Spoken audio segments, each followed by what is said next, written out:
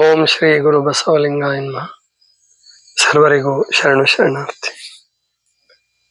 ಗುರುವಿನಲ್ಲಿ ಸದಾಚಾರಿ, ಲಿಂಗದಲ್ಲಿ ಶಿವಾಚಾರಿ, ಜಂಗಮದಲ್ಲಿ ಸಮಯಾಚಾರಿ, ಪ್ರಸಾದದಲ್ಲಿ ಬ್ರಹ್ಮಚಾರಿ,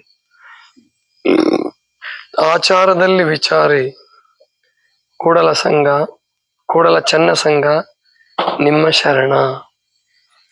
ಇದು ಚನ್ನಬಸವಣ್ಣನವರ ಒಂದು ಅದ್ಭುತವಾದಂತಹ ಸೂತ್ರಬದ್ಧ ವಚನ. ಚನ್ನಬಸವಣ್ಣನವರ ವಚನಗಳು ಹಾಗೆ ಇರುತ್ತೆ. ಇದ್ರೆ ದೊಡ್ಡವು ಇರ್ತವೆ, ಬಹಳ ಇದಾದ್ರೆ ಸಣ್ಣ ಇರ್ತವೆ. ಸಣ್ಣವಿದ್ರೆ ಚಿಕ್ಕವಿದ್ರೆ ಅವು ಅತ್ಯಂತ ಸೂತ್ರಬದ್ಧವಾಗಿರ್ತವೆ.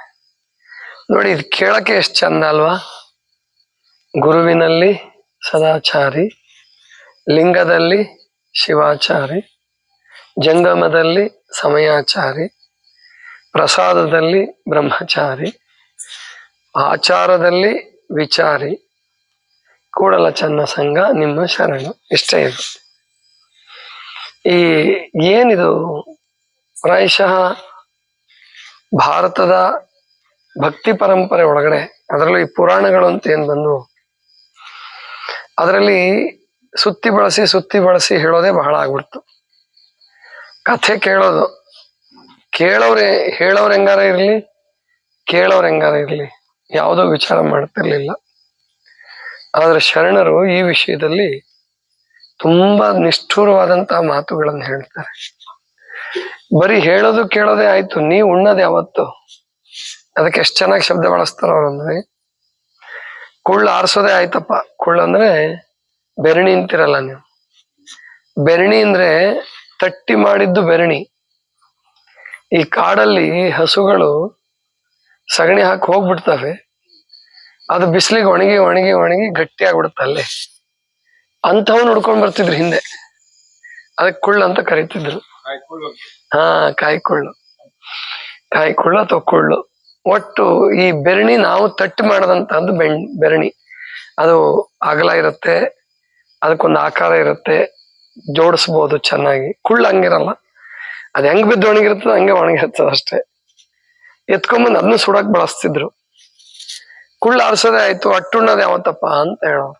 ಅಂದ್ರೆ ಬರೀ ವಿಚಾರ ಕೇಳಿದ್ದು ಹೇಳಿದ್ದೇ ಆಯ್ತು, ನೀವು ಆಗೋದು ಯಾವತ್ತು? ನೀವ್ ಹಂಗ ಬದುಕೋದು ಯಾವತ್ತು ಅಂತ ಕೇಳಿದ್ರು ಶರಣರು. ಅದಕ್ಕೆ ಅವರು ಕಲ್ಯಾಣದಲ್ಲಿ ಬದುಕಿದ್ದಂತಹ 36 ವರ್ಷಗಳ ಅವಧಿನಲ್ಲಿ 770 ಮುಕ್ತಾತ್ಮರು, ಅಮರಗಣಗಳು. ಅಂದ್ರೆ ಪ್ರಾಯಶಃ ಈಗ ಬುದ್ಧನ ಕಾಲಕ್ಕೆ ಬುದ್ಧನ ಜೊತೆಗೂ 1000 ಜನ ಸನ್ಯಾಸಿಗಳಿದ್ರು. ಅದರಲ್ಲಿ ಸಂಪೂರ್ಣವಾಗಿ ಬುದ್ಧತ್ವವನ್ನು ಪ್ರಾಪ್ತಿ ಮಾಡ್ಕೊಂಡಿರೋರು, ನಿರ್ವಾಣವನ್ನು ಪ್ರಾಪ್ತಿ ಮಾಡ್ಕೊಂಡವ್ರು 10 ಜನನೋ 20 ಜನ 50 ಜನ ಸಿಗ್ಬೋದು. ಬಾಕಿಯವರೆಲ್ಲರೂ ಕೂಡ ಅವ್ರ ಅನುಯಾಯಿಗಳು. ಅವ್ರು ಹೇಳ್ದಂಗ ಧ್ಯಾನ ಮಾಡ್ತಿದ್ರು, ಶಾಂತವಾಗಿರ್ತಿದ್ರು, ಆನಂದವಾಗಿರ್ತಿದ್ರು, ಅದೆಲ್ಲ ಸರಿ. ಪೂರ್ಣವಾಗಿ ನಿರ್ವಾಣ ಸ್ಥಿತಿಯನ್ನು ಗಳಿಸಿದವ್ರು 10 ಜನ. ಆದ್ರೆ ಬಸವಣ್ಣನವರ ಕಾಲಕ್ಕೆ 770 ಅಮರಗಣಗಳು ಅಂತ ಹೆಸರಿಟ್ರು ಅವರಿಗೆ. ಅಮರ ಅಂದ್ರೆ ಸಾವಿಲ್ಲದ ಅಂದ್ರೆ ಅವ್ರೇನ್ ದೇಹದಲ್ಲಿ ಶಾಶ್ವತವಾಗಿ 100 ವರ್ಷ 500 ವರ್ಷ 1000 ವರ್ಷ ಇರ್ತಾರೆ ಅಂತ ಅಲ್ಲ. ಅವರು ದೇಹ ಬಿಟ್ಟ ಮೇಲೆ ಮತ್ತೆ ಇನ್ನೊಂದು ದೇಹ ಪಡೆಯೋದಿಲ್ಲ. ಪುನರಪಿ ಜನನಂ ಪುನರಪಿ ಮರಣಂ ಇಲ್ಲ ಅವರಿಗೆ. ಅಂಥವ್ರು 770 ಅಮರಗಣಗಳು. ಲಕ್ಷದ ಮೇಲೆ 96,000 ಜಂಗಮರು ಅಂತ ಹೇಳ್ತಾರೆ. ಜಂಗಮರು ಅಂತಂದ್ರೆ ಇಲ್ಲಿ ಯಾವುದೋ ಒಂದು ಜಾತಿಗೆ ಅಥವಾ ಎಲ್ಲರೂ ಜ್ಞಾನಿಗಳು, ಎಲ್ಲರೂ ಸಿದ್ಧ ಪುರುಷರಾಗಿದ್ರು ಅಂತ ಅಲ್ಲ.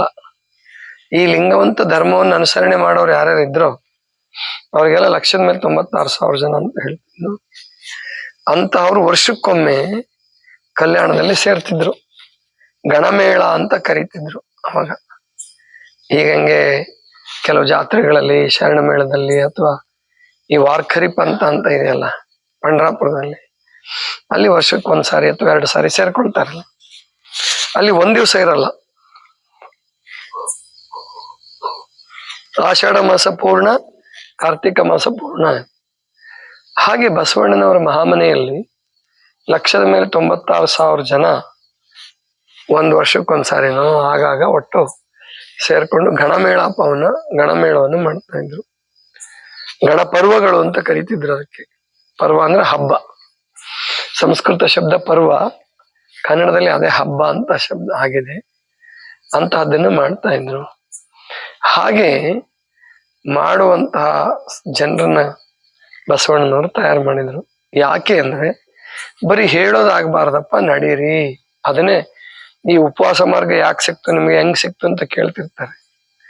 ನಾನು ಮೊದಲು ಒಂದು 5-6 ವರ್ಷ ಪ್ರವಚನ ಮಾಡೋದು, ಪ್ರಾರ್ಥನೆ ಮಾಡಿಸೋದು, ಆಮೇಲಿಂದ ಪ್ರಭುಲಿಂಗ ಲೀಲೆ, ಅಕ್ಕ ಮಹಾದೇವಿ ಚರಿತ್ರೆ, ಬಸವಣ್ಣವ್ರ ಚರಿತ್ರೆ ಎಲ್ಲ ಹೇಳಿದೆ.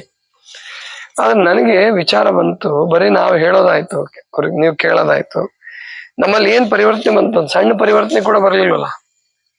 ಇದ್ದಲ್ಲೇ ಇದೀವಿ, ಅದೇ ಕಾಯಿಲೆಗಳು, ಅದೇ ರೋಗಗಳು, ಅದೇ ಆಸೆ ಆಮಿಷಗಳು, ಅದೇ ದುಃಖ ದುಗುಡಗಳು, ಅದೇ ಅನುಮಾನಗಳು, ಸಂಶಯಗಳು, ಮೋಸ ವಂಚನೆಗಳು, ಇದರಲ್ಲೇ ಬದುಕಿದ್ರೆ ಏನ್ ಪ್ರಯೋಜನ?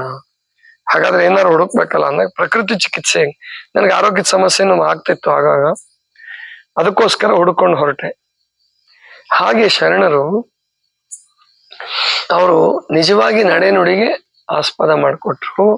ನುಡಿದಂತೆ ನಡೆ ಇರ್ಬೇಕು, ನಡೆದಂತೆ ನುಡಿ ಇರ್ಬೇಕು.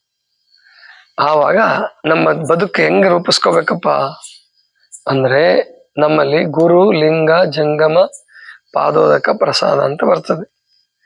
ಅದರಲ್ಲಿ 5, ಅದಕ್ಕೆ ಶಿವಗುರುವೆಂದು ಬಲ್ಲಾತನೇ ಗುರು. ಹಲವ ಪ್ರಭುಗಳು ಒಂದು ವಚನದಾಗ ಹೇಳ್ತಾರೆ ನೋಡಿ. ಶಿವಲಿಂಗವೆಂದು ಬಲ್ಲಾತನೇ ಗುರು, ಶಿವ ಜಂಗಮವೆಂದು ಬಲ್ಲಾತನೇ ಗುರು, ಶಿವ ಪ್ರಸಾದವೆಂದು ಬಲ್ಲಾತನೇ ಗುರು, ಶಿವ ಆಚಾರವೆಂದು ಬಲ್ಲಾತನೇ ಗುರು. ಆಚಾರ ಅಂದ್ರೆ ಇಲ್ಲಿ ಪಾದೋದಕ ಅಂತ ತಗೋಬಹುದು. ಆಚಾರ ಇಲ್ಲಿ ಚನ್ನಬಸವಣ್ಣವರು ಅದೇ ಹೇಳ್ತಾರೆ. ಗುರುವಿನಲ್ಲಿ ಸದಾಚಾರಿ ಅಂದ್ರೆ ಗುರು ಶಿಷ್ಯ ಸಂಬಂಧ ಹೇಗಿರ್ಬೇಕಪ್ಪ ಅಂದ್ರೆ, ಬರೇ ಗುರು ಉಪದೇಶ ಮಾಡೋದು, ಆಶೀರ್ವಾದ ಮಾಡೋದು, ತಲೆ ಮೇಲೆ ಕೈ ಇಡೋದು ಇಷ್ಟೇ ಅಲ್ಲ. ಗುರು ಹೇಳಿಕೊಟ್ಟ ಮಾರ್ಗದಲ್ಲಿ ನಡೆಯುವವನು ನಿಜವಾದ ಶಿಷ್ಯ, ಸದಾಚಾರಿ. ಸತ್ ಪ್ಲಸ್ ಆಚಾರಿ ಅಂದ್ರೆ ಆಚಾರ, ಒಳ್ಳೆ ಆಚಾರ, ನಮ್ಮನ್ನ ಉದ್ಧರಿಸ್ತಕ್ಕಂಥ ಆಚಾರ. ಯಾವುದೇ ಗುರು ನಿಜವಾದ ಗುರು ಅನ್ನಿಸ್ಕೊಳೋನು ಶಿಷ್ಯನಿಗೆ ಕೆಟ್ಟದ್ ಮಾಡು, ಗಾಂಜಾ ಸೇದು, ಕುಡಿ, ನೀನ್ ಯಾವಾಗ ಬೇಕಾದ್ರೂ ಮಲಕೋ, ಯಾವಾಗ ಬೇಕಾದ್ರೂ ಎದ್ದಳು, ಈ ಜೀವನದಲ್ಲಿ ಮಜಾ ಮಾಡಿ ಸತ್ತು ಹೋಗುವಂತ ಯಾವ ಗುರು ಹೇಳಲ್ಲ.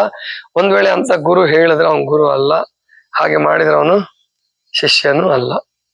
ಆದ್ರಿಂದ ಗುರುವಾದವನು ಸದಾಚಾರವನ್ನೇ ಬೋಧಿಸ್ಬೇಕು, ಶಿಷ್ಯನಾದವನು ಸದಾಚಾರದಿಂದನೇ ನಡಿಬೇಕು. ಗುರುವಿನಲ್ಲಿ ಸದಾಚಾರಿ, ಲಿಂಗದಲ್ಲಿ ಶಿವಾಚಾರಿ. ಶಿವಾಚಾರ ಅಂತಂದ್ರೆ ಏನಪ್ಪಾ ಅಂದ್ರೆ, ದೇವರ ಮಕ್ಕಳೆಲ್ಲರೂ ಒಂದೇ, ಇದೇ ಶಿವಾಚಾರ. ಸೃಷ್ಟಿಯಲ್ಲಿ ಹುಟ್ಟಿದ ಎಲ್ಲವೂ ಬಸವಣ್ಣವರು ಅದೇ ಅನುಭವ ಮಂಟಪದಲ್ಲಿ ಚರ್ಚೆಗೆ ಬರ್ತದೆ. ಲಿಂಗಾಯತರಲ್ಲಿ ಅಷ್ಟೇ ನಾವು ಶಿವನ್ ಕಾಣ್ಬೇಕಾ? ಲಿಂಗಾಯತರಲ್ಲಿ ಅಷ್ಟೇನೆ. ಲಿಂಗಾಯತರು ಅಂದ್ರೆ ಲಿಂಗ ಕಟ್ಟಿಲ್ದಿಲ್ದವ್ರನ್ನ ಭವಿ ಅಂತ ಕರಿತಿದ್ರು ಅವಾಗ. ಅದು ಮೇಲ್ನೋಟಕ್ಕಷ್ಟೇ ಸತ್ಯ ಅದು, ಆದ್ರೆ ಒಳಗಿನ ಸತ್ಯ ಶರಣ ಹೇಳೋದು ಇಲ್ಲ. ಬಸವಣ್ಣವ್ರು ಹೇಳ್ತಾರೆ, ಬಸವ ಬಾರಯ್ಯ ಮರ್ತ್ಯ ಲೋಕದೊಳಗೆ ಭಕ್ತರುಂಟೆ ಹೇಳಯ್ಯ ಅಂತ ಅಂದಾಗ, ಪ್ರಶ್ನೆ ಕೇಳಿದಾಗ ಬಸವಣ್ಣವ್ರು ಹೇಳ್ತಾರೆ, ಮತ್ತಾರು ಇಲ್ಲಯ್ಯ ನಾನೊಬ್ಬನೇ ಭಕ್ತ, ಜಗದೊಳಗಣ ಭಕ್ತರೆಲ್ಲರೂ, ಈ ಲೋಕದೊಳಗಣ ಭಕ್ತರೆಲ್ಲರೂ ಜಂಗಮಲಿಂಗ ನೀನೇ ಅಯ್ಯ ಕೂಡಲ ಸಂಗಮ ದೇವ. ಇಲ್ಲಿರೋರು ಎಲ್ಲಾ ಭಕ್ತರು ಪರಮಾತ್ಮನ ಸ್ವರೂಪಿಗಳೇ. ಅವ್ರು ಲಿಂಗಾಯತರು ಅಂತಲ್ಲ, ಭಕ್ತರು ಯಾರಾದ್ರೂ ಇರ್ಬೋದು, ಯಾವ ಜನಾಂಗದಲ್ಲಾರು ಇರ್ಬೋದು, ಹೆಣ್ಣಿರ್ಬೋದು, ಗಂಡಿರ್ಬೋದು, ಬಡವ ಇರ್ಬೋದು, ಶ್ರೀಮಂತರ ಇರ್ಬೋದು, ಯಾರೇ ಇದ್ರು ಅವರೆಲ್ಲರೂ ಕೂಡ ಪರಮಾತ್ಮನ ಅಂಶೀಕೃತರೇ, ಪರಮಾತ್ಮನ ಸ್ವರೂಪಿಗಳೇ. ಜಂಗಮಲಿಂಗ ನೀನೇ. ಜಂಗಮಲಿಂಗ ಅಂದ್ರೆ ನಡೆದಾಡುವ ದೇವರುಗಳು ಅಂತ. ನಾವು ಸಿದ್ಧಗಂಗಾ ಬುದ್ಧಿಯವರಿಗೆ, ಶ್ರೀಗಳಿಗೆ, ಸಿದ್ದೇಶ್ವರ ಶ್ರೀಗಳಿಗೆ ಅಷ್ಟೇ ನಡೆದಾಡುವ ದೇವರು ಅಂತ ಕರಿತಿದ್ವಿ. ಹೌದು, ಅವರು ಅದು ನಿಜ ಅಂತ ಸಾಧನೆ ಮಾಡದಂತವ್ರು. ಆದ್ರೆ ಬಸವಣ್ಣವ್ರ ದೃಷ್ಟಿಯಲ್ಲಿ ಪ್ರತಿಯೊಬ್ರು ಈ ಜಗತ್ತಿನಲ್ಲಿ ನಡೆದಾಡುವವರೆಲ್ಲರೂ ಜಂಗಮಲಿಂಗಗಳೇ ಅಂತ ಹೇಳಿದ್ರು. ಇದು ಶಿವಾಚಾರ.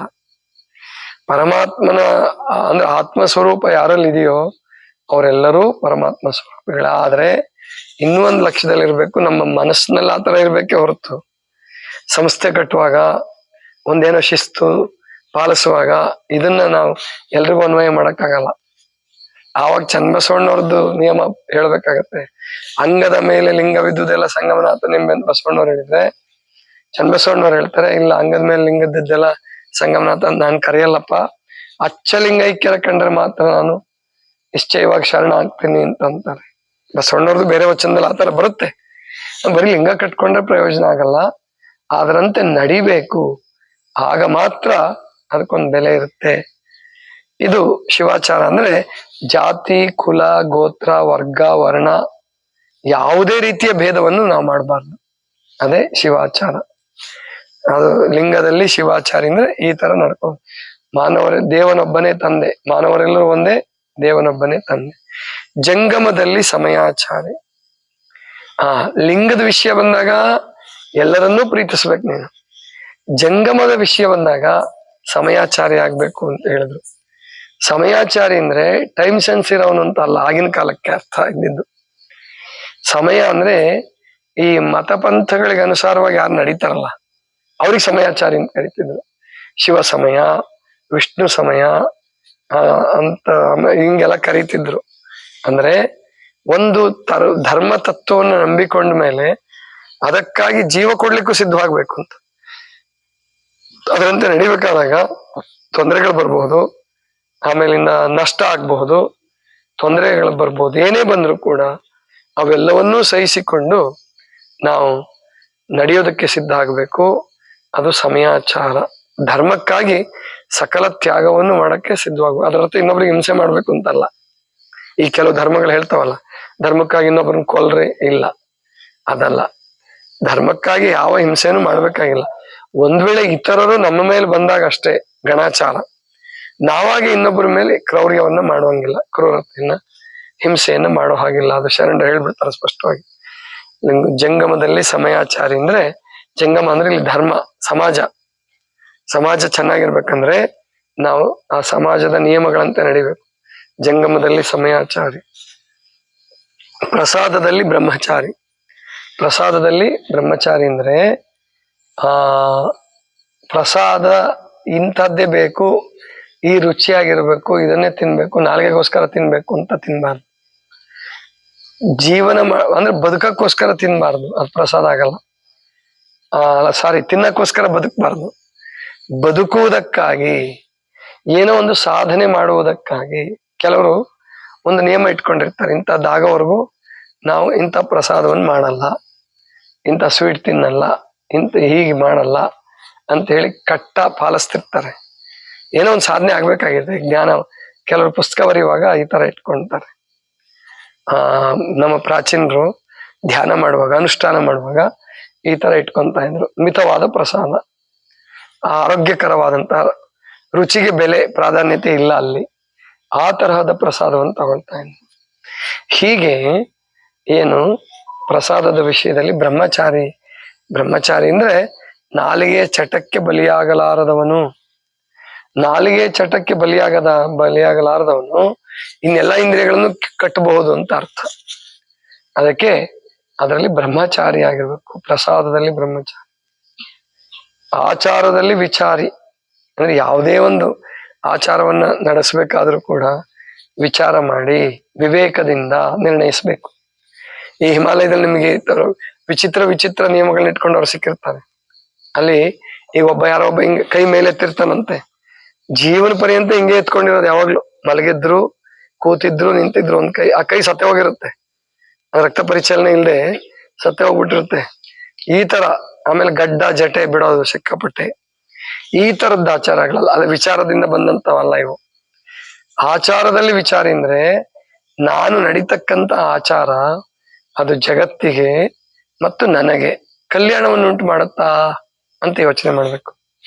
ಯಾವುದೇ ಒಂದು ನಿಯಮಗಳನ್ನು ಇಟ್ಕೊಳ್ಳುವಾಗ್ಲು, ಯಾವುದೇ ಆಚಾರಗಳನ್ನ ನಾವು ಒಂದು ನಿರ್ದಿಷ್ಟವಾಗಿ ಇಟ್ಕೊಳ್ಬೇಕಾದ್ರೂ ಕೂಡ ಇದರಿಂದ ನನಗೆ ನನ್ನ ಕಲ್ಯಾಣ ಅಂದ್ರೆ ಆತ್ಮ ಕಲ್ಯಾಣ ಜೊತೆಗೆ ಜಗತ್ ಕಲ್ಯಾಣ ಎರಡೂ ಮುಖ್ಯವಾಗಿರ್ಬೇಕು. ಎರಡರ ಗುರಿನೂ ಇರ್ಬೇಕು. ಬರೀ ನನ್ನ ಕಲ್ಯಾಣ ಆದ್ರೆ ಸಾಕಾಗಲ್ಲ. ನನ್ನ ಕಲ್ಯಾಣ ಅಂದ್ರೆ ನಾನು ನನ್ನ ಮನಸ್ಸನ್ನ ಏಕಾಗ್ರಗೊಳಿಸ್ಕೊಳ್ಳೋದು, ಧ್ಯಾನ ಮಾಡೋದು, ಇದಕ್ಕೆಲ್ಲ ಬೇಕು, ಇರ್ಲಿ. ಆದ್ರೆ ನನ್ನಿಂದ ನನ್ನ ಕಲ್ಯಾಣ ಆಗ್ತಿದೆ, ಜಗತ್ಗೆ ಏನಾರು ಆಗ್ಲಿ ಅಂತ ಅನ್ನಕ್ ಬರಲ್ಲ. ಒಬ್ಬ ಜವಾಬ್ದಾರಿಯುತ ಸಾಧಕ ಜಗತ್ತಿನ ಹಿತವನ್ನು ಬಯಸ್ಬೇಕು, ಎಲ್ಲೇ ಇರ್ಲಿ. ಅಂದ್ರೆ ಜಗತ್ತಿಗೆ ಅನ್ಯಾಯ ಆಗೋ ಹಾಗೆ, ಜಗತ್ತಿಗೆ ಕೆಡುಕಾಗೋ ಹಾಗೆ ನಡ್ಕೊಳಂಗಿಲ್ಲ. ಅದು ಸದಾಚಾರ ಆಗಲಾಗ ಅನಾಚಾರ ಆಗುತ್ತೆ. ಆದ್ರಿಂದ ಆಚಾರದಲ್ಲಿ ವಿಚಾರಿ ಕೂಡಲ ಚನ್ನ ಸಂಘ ನಿಮ್ಮ ಶರಣ. ನೋಡಿ, ನಿಮ್ಮ ಶರಣ ಈ ತರ ಬದುಕ್ತಾನೆ. ಗುರುವಿನಿಂದ ಸದಾಚಾರವನ್ನು ಉಪದೇಶಿಸಿಕೊಂಡು ಅದರಂತೆ ನಡೀತಾನೆ. ಗುರುವಿನಲ್ಲಿ ಸದಾಚಾರಿ, ಲಿಂಗದಲ್ಲಿ ಶಿವಾಚಾರಿ, ಸೃಷ್ಟಿಯಲ್ಲಿ ಭಿನ್ನ ಭೇದವನ್ನು ಮಾಡೋದಿಲ್ಲ, ಅಹಂಕಾರವನ್ನು ಬೆಳೆಸ್ಕೊಳ್ಳೋದಿಲ್ಲ. ಆಮೇಲೆ ಜಂಗಮದಲ್ಲಿ ಸಮಯಾಚಾರಿ, ಸಮಾಜದ ವಿಷಯ ಬಂದಾಗ, ಧರ್ಮದ ವಿಷಯ ಬಂದಾಗ ಧರ್ಮಕ್ಕೆ ಯಾವುದೇ ರೀತಿ ಪೆಟ್ಟನ್ನ ಕೊಡೋದಿಲ್ಲ. ಆಮೇಲೆ ಆಚಾರದಲ್ಲಿ ವಿಚಾರಿ, ಪ್ರಸಾದದಲ್ಲಿ ಬ್ರಹ್ಮಚಾರಿ, ಆಚಾರದಲ್ಲಿ ವಿಚಾರಿ, ಕೂಡಲ ಚನ್ನ ಸಂಘ ನಿಮ್ಮ ಶರಣ. ಈ ತರ ಬದುಕಬೇಕು ಅಂತಕ್ಕಂಥ. ನೋಡಿ, ಈ ತರ ಬದುಕಿದ್ರೆ ಯಾರಿಗ್ ತೊಂದರೆ ಆಗತ್ತೆ? ಇವಾಗ 850 ಕೋಟಿ ಜನ ಇದೀವಲ್ಲ, ಅದ್ರಲ್ಲಿ ಎಲ್ಲಾ ಶ್ರೀಮಂತರುಗಳು ಇದನ್ನ ಅಳವಡಿಸ್ಕೊಂಡ್ರೆ, ಎಲ್ಲಾ ಉಗ್ರಗಾಮಿಗಳು ಶಾಂತರಾದ್ರೆ, ಎಲ್ಲಾ ಶ್ರೀಮಂತರುಗಳು ಉದಾರಿಗಳಾಗ್ಬಿಟ್ರೆ ಈ ಜಗತ್ನಲ್ಲಿ ಬಡತನ ಅನ್ನೋದಿರಲ್ಲ. ಬಡತನ ಇರೋದಿಲ್ಲ, ಸ್ವರ್ಗ ಆಗ್ಬಿಡುತ್ತೆ. ಆದ್ರೆ ಒಬ್ಬ ಯಾರೋ ಕೋಟಿ ಕೋಟಿ ಕೋಟಿ ತುಂಬಿಟ್ಕೊಳ್ಳೋದು. ಒಬ್ಬನ ಹತ್ರ 500 ಕೋಟಿ ದುಡ್ಡು ಸಿಕ್ಕಿತ್ತು ಮೊನ್ನೆ ಚುನಾವಣೆಗಿಂತ ಮುಂಚೆ ಆಕ್ರಮಣ ಮಾಡೋದು. ಚುನಾವಣೆ ಟೈಮ್ ಇನ್ನೇನು ಆ ಯಂತ್ರಗಳೆಲ್ಲ ಎಣ್ಸಕ್ಕೆ ಆಗ್ಲಿಲ್ಲ, ಅಷ್ಟು ದುಡ್ಡು ಒಬ್ಬನ ಹತ್ರ ಸೇರ್ಕೊಂಡ್ರೆ. ಅಂದ್ರೆ ಒಂದ್ ಪಕ್ಷನೋ ಒಂದು ಅದು ಎಲ್ಲ ಕೂಡಿ ಇಟ್ಟಿರ್ತಾರೆ ಬಿಡಿ, ಒಬ್ಬನೇ ಇಟ್ಕೊಳಕ್ ಆಗಲ್ಲ. ಅದ್ರ ಹಿಂದೆ ಒಬ್ಬನೇ ಇರಲ್ಲ, ಕಾಣಿಸ್ಕೊಳ್ಳೋನು ಒಬ್ಬನೇ ಕಾಣಿಸ್ಕೋಬಹುದಷ್ಟೇ. ಅದಕ್ಕೆ ಈ ತರ ಅಲ್ಲ, ಪ್ರತಿಯೊಬ್ಬನು ಎಲ್ಲರ ಹಿತವನ್ನ ಬಯಸ್ಬೇಕು. ಆಮೇಲೆ ನಾಲ್ಗೆ ಚಟಕ್ಕಾಗಿ ತಿಂದು ಕಾಯಿಲೆ ಮಾಡ್ಕೋಬಾರದು. ಈ ಶರೀರ ಬಂದಿರೋದು ಕಾಯಿಲೆ ಮಾಡ್ಕೊಂಡು ಸತ್ತು ಹೋಗಕ್ಕಲ್ಲ, ಅಥವಾ ಕಾಯಿಲೆ ಮಾಡ್ಕೊಂಡು ನಾನು ಇನ್ನೊಬ್ರಿಗೆ ಭಾರ ಆಗಿ ಬದುಕೋದಕ್ಕಲ್ಲ ನಾವು ಬಂದಿರೋದು. ಆರೋಗ್ಯವನ್ನು ಕಾಪಾಡಿಕೊಂಡು ನಾನು ಚೆನ್ನಾಗಿ ಬದುಕಿ ಜಗತ್ತಿನ ಪ್ರಸಾದದಲ್ಲಿ ಅವಾಗ ನಾವು ನೀತಿ ನಿಯಮ ನಿಷ್ಠೆ ಇಟ್ಕೊಳ್ಬೇಕಾಗತ್ತೆ. ಸಿಕ್ಕಿದ್ದನ್ನ ತಿನ್ನಕ್ ಬರಲ್ಲ. ಅದಕ್ಕೆ ಪ್ರಸಾದದಲ್ಲಿ ಬ್ರಹ್ಮಚಾರಿ, ಆಚಾರದಲ್ಲಿ ವಿಚಾರಿ, ಕೂಡಲ ಚನ್ನ ಸಂಘ ನಿಮ್ಮ ಶರಣ. ಯಾವುದೇ ಆಚಾರವನ್ನ ಮಾಡ್ಬೇಕಾದ್ರೂ ಕೂಡ ವಿಚಾರ ಮಾಡಿ ವಿವೇಕದಿಂದ ನಿರ್ಣಯವನ್ನ ತೆಗೆದುಕೊಳ್ಬೇಕು. ಇದರಿಂದ ಯಾರಿಗ ಅನ್ಯಾಯ ಆಗತ್ತೋ ಆಗಲ್ವೋ, ನನಗೆ ಅನ್ಯಾಯ ಆಗತ್ತೋ ಇಲ್ವೋ, ಎಲ್ಲರಿಗೂ ನ್ಯಾಯ ಒದಗಿಸುವಂತಹ ಸಾಧ್ಯವಾದಷ್ಟು ಮಟ್ಟಿಗೆ ನಾನು ಜಗತ್ತಿನಲ್ಲಿ ಪ್ರತಿಯೊಬ್ಬರಿಗೂ ನ್ಯಾಯ ಒದಗಿಸ್ತೀನಿ, ಪ್ರತಿಯೊಬ್ಬರಿಗೂ ಒಳ್ಳೇದ್ ಮಾಡ್ತೀನಿ ಅನ್ನಕ್ಕಾಗಲ್ಲ. ಕೆಲವು ಸಾರಿ ಕೆಟ್ಟ ಮಾರ್ಗದಲ್ಲಿರ್ತಕ್ಕಂಥವ್ರು ತಪ್ಪು ತಿಳ್ಕೋಬಹುದು. ಆದ್ರೂ ಕೂಡ ಅದ್ರ ಬಗ್ಗೆ ಚಿಂತೆ ಮಾಡ್ಬೇಕಾಗಿಲ್ಲ.